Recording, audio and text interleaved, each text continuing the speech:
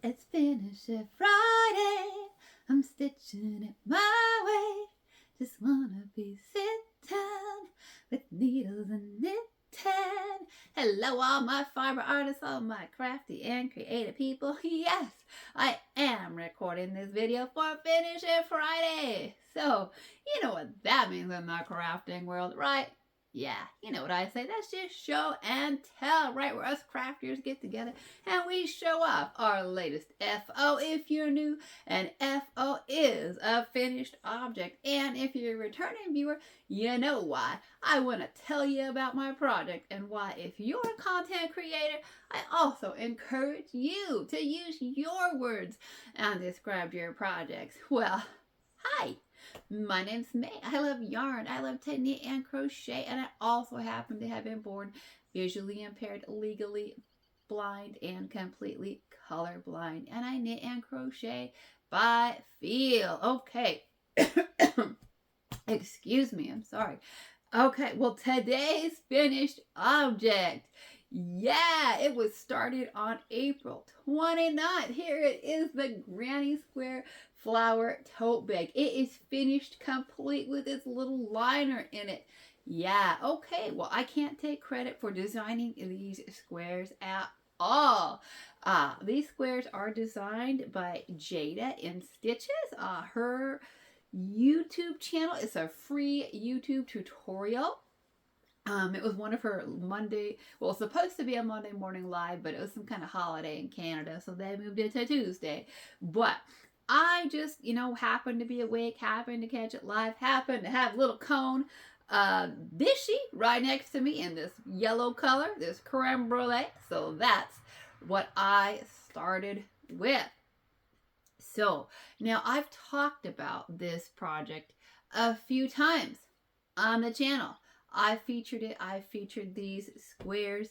In fact, if you are a returning viewer, you've probably seen these squares on my Granny Square skirt, right? I started making these out of the Dishy. Dishy is a 100% machine washable cotton made by Knit Picks, and we crochet. So I started making them in Dishy, and then I was like, what am I gonna do with them, right? And I didn't know. So then I started making some more, and then Knit Picks, we crochet comfy worsted.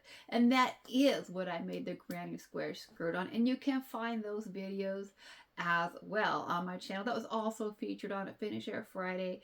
But the Dishy, the ones that we're looking at today, if you are visually impaired or colorblind like myself, the centers are in the color called creme brulee. It's a circle.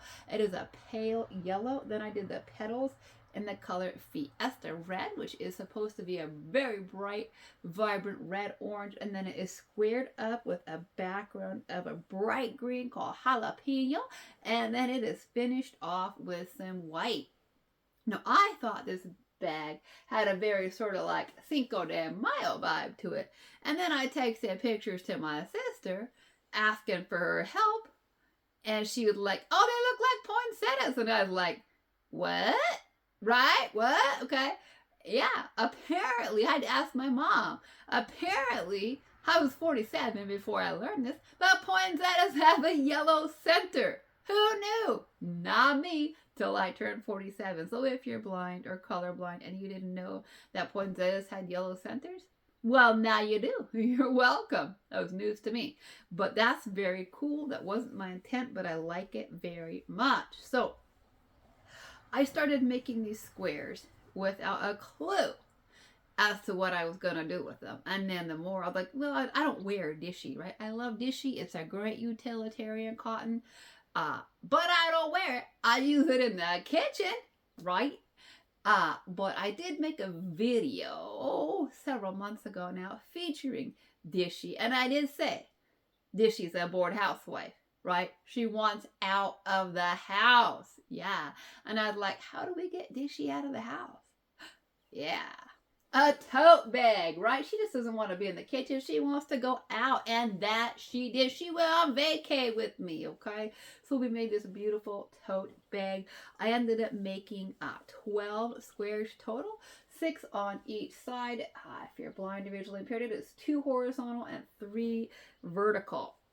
So once I made the squares, then I had to decide what to do with them, right? And then I was like, okay, tote bag. So then I had to figure out how to join granny squares. I did watch a few. There's lots of YouTube tutorials on that. I watched a couple. I'm not even going to say who because they're good content creators, but they didn't have the words for a person who can't see to follow. But basically, you know what? I think I just slip stitch them together. Pretty sure, not totally sure, but I am starting to figure out that technique. So hopefully when I actually understand what I'm doing, I can at least show people what I do. Basically, you put the, what would be considered the right sides, you fold them in on themselves together, right? So that the sides that are on the inside of the bag that aren't going to be seen are on the outside. And then I just stuck my hook in a loop on each square. Just one loop on each square. I think the two that were closest together, right on the inside, like that were sandwiched together touching, I just did my loop, my hook through that, looped the yarn over, pulled it through, and I'm pretty sure I just slip stitched mine together. But you know, you can single crochet them together. I think you can whip stitch them together. I think that there's multiple ways to sew granny squares together. Don't really think that there's a correct way, right? I think you do you when it comes to that. And that's what I did. I did me, right? I did what worked for me. So I needed to connect 6 on each side, right? 6, 2 panels, 6 each. Now, honestly, I didn't know how much these were going to stretch. You could make a very nice bag with 8 squares, 4 on each side. And had I done that, I have another video on my channel called Tote Talk, all about this tote already. And I was like, I'm just going to use a canvas bag, right? And just like somehow attach it to the inside, and then I'll have a liner. Yeah, so if you watch that video, or if you haven't, I would love to hear from you.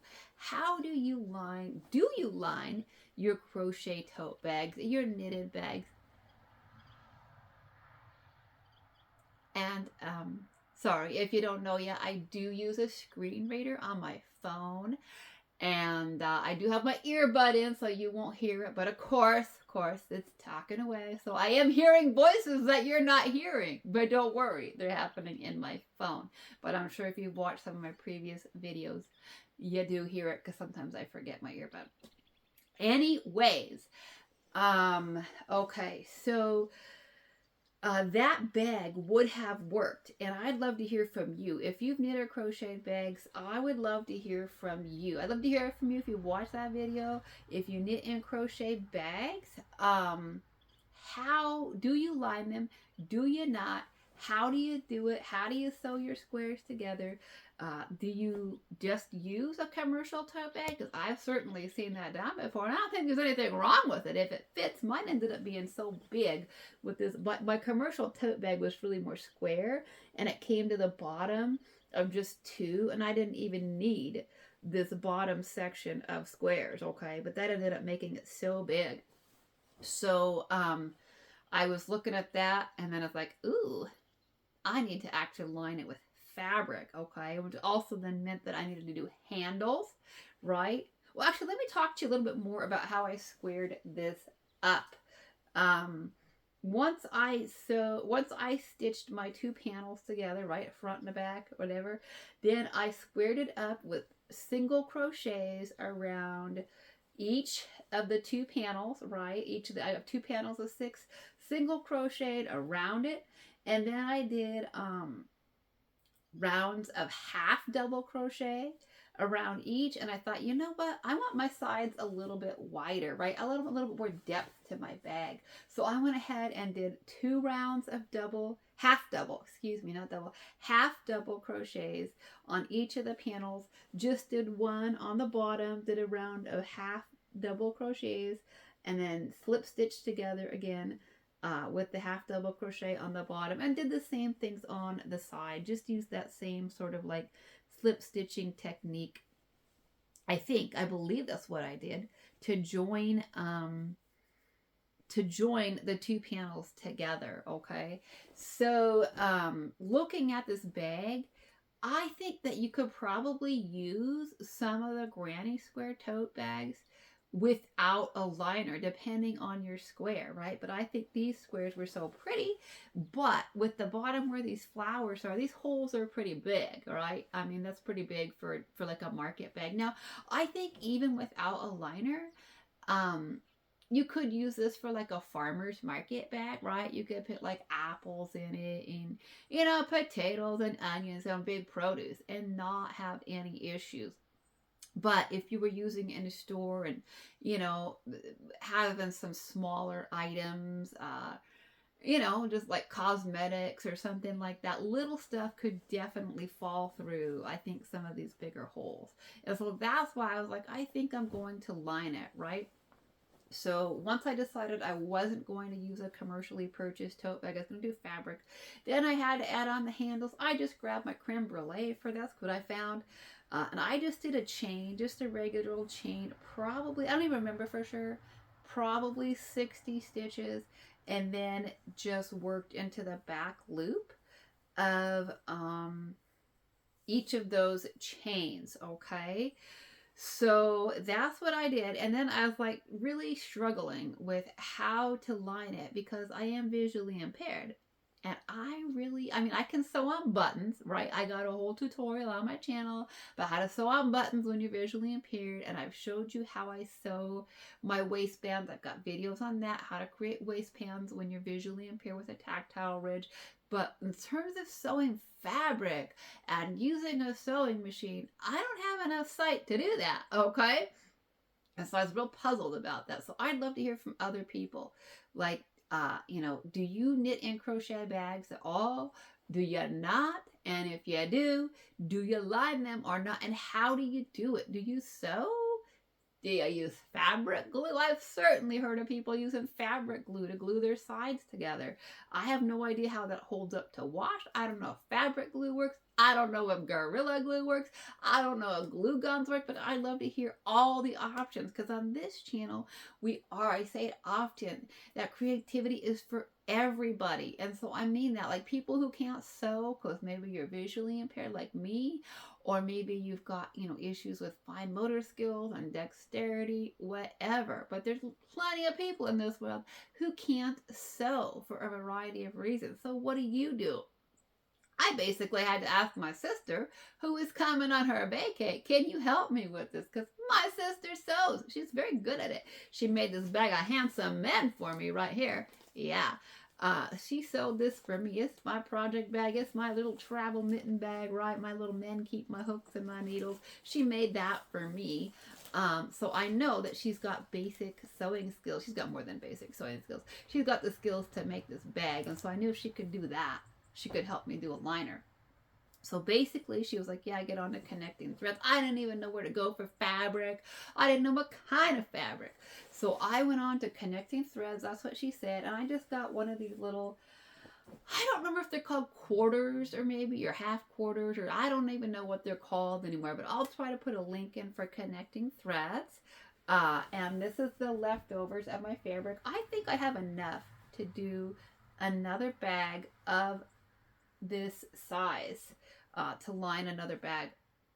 So anyways, what we did with the fabric is once I got the bag, right, once we were there together, she was like, measure your bag horizontally and vertically in like 3 different places because it is going to vary, and you can certainly tell the bottom part is wider, so you kind of, you know, take your measurements and kind of average it out.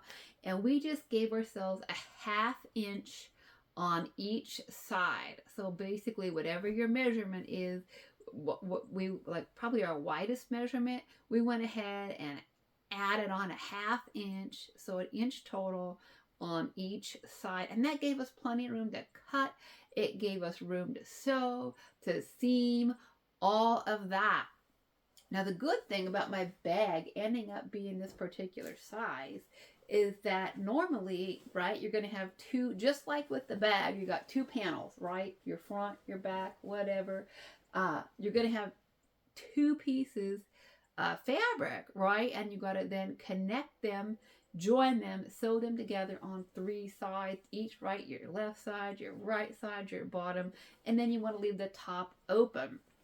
Well, the way that this fabric is sized, it actually worked out perfectly pretty much for us to work with the fold line on the fabric. So we only had so we could basically use the fold on the fabric for the bottom of the bag. Yay us, right? Yay us. So we minimized our sewing. That meant, so if you're able to do that and actually fold your fabric, and use that for the bottom of your bag, it'll help you out a lot. So we only had to literally sew the 2 side seams. And then she did also go ahead and, this kind of fabric is cotton. It will fray, right? You can see, if you have some sight, you can see that the edges, I just wash this. I wash pretty much anything. Like, I don't wash my yarn. I wish I could. When I get yarn from a warehouse, I'm not going to lie, I wish I could wash it. I'm pretty OCD about stuff like that.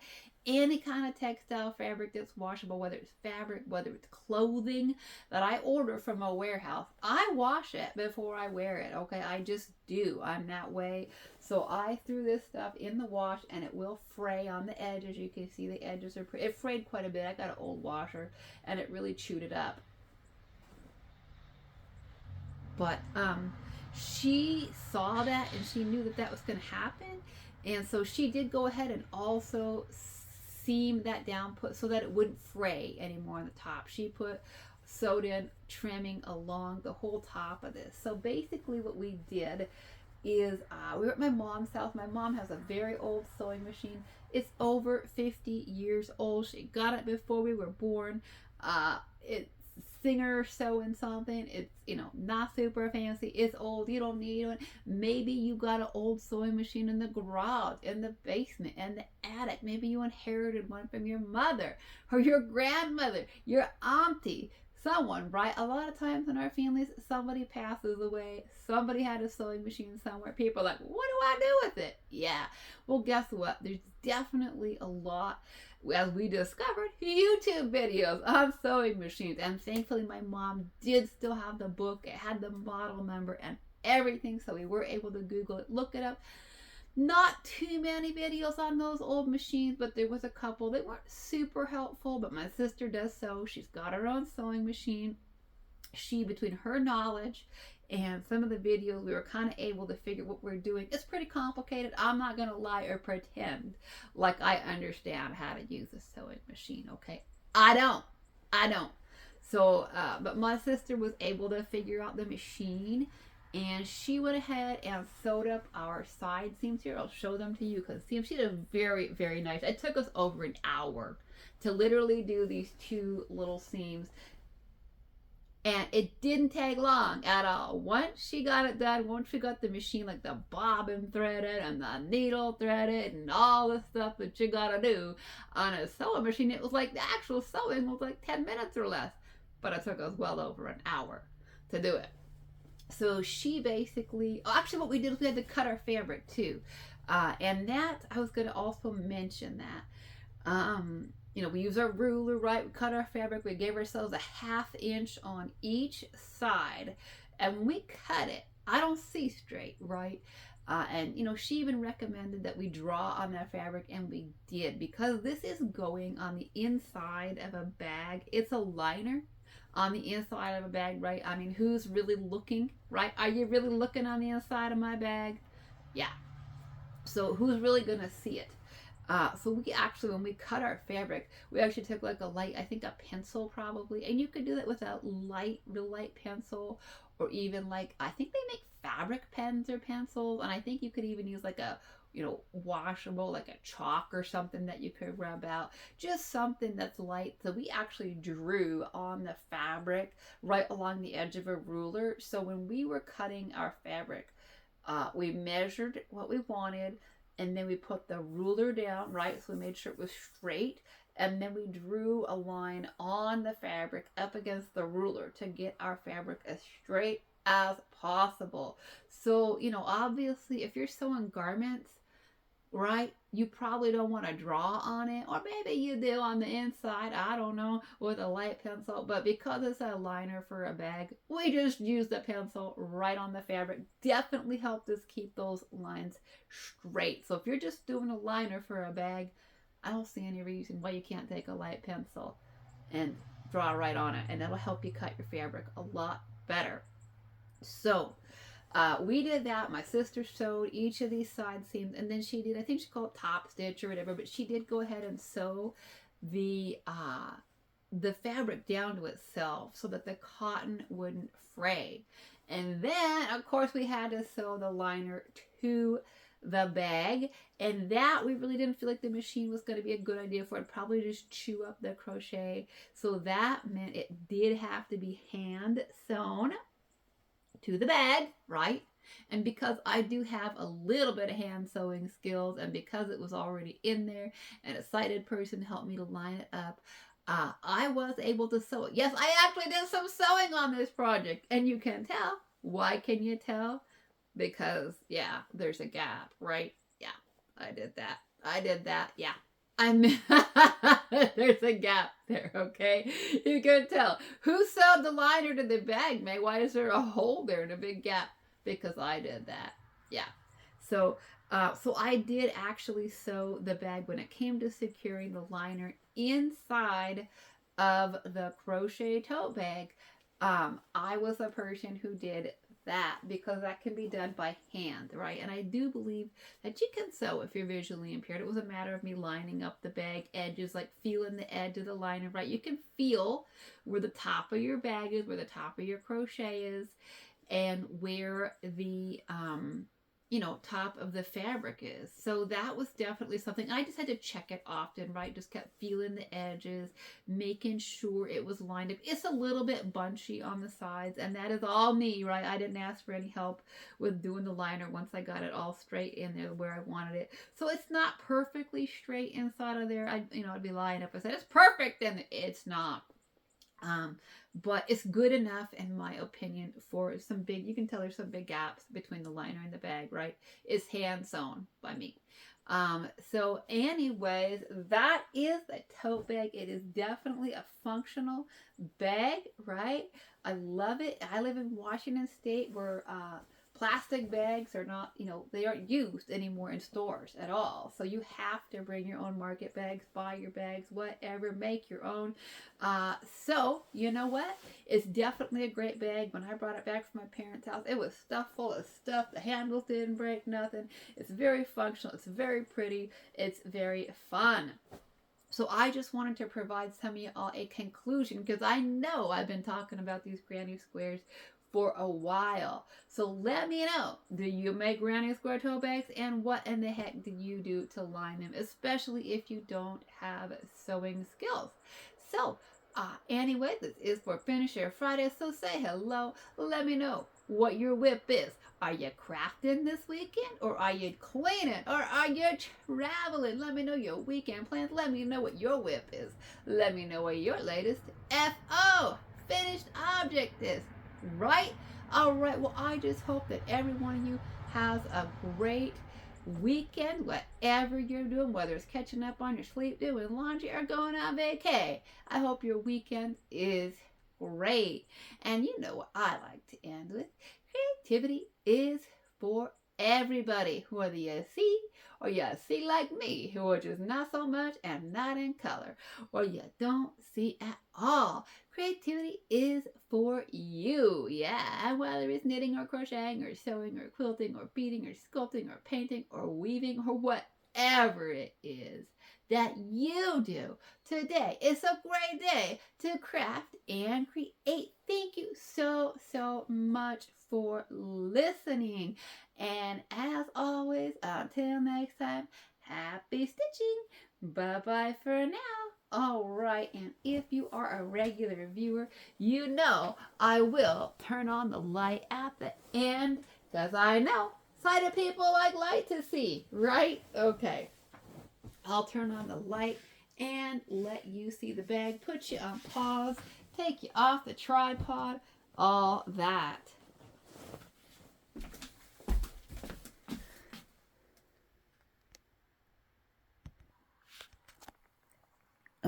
Okay, here it is. Here's the tote bag and the granny squares, the creme brulee in the center, the fiesta red, the jalapeno, and the white 2x6.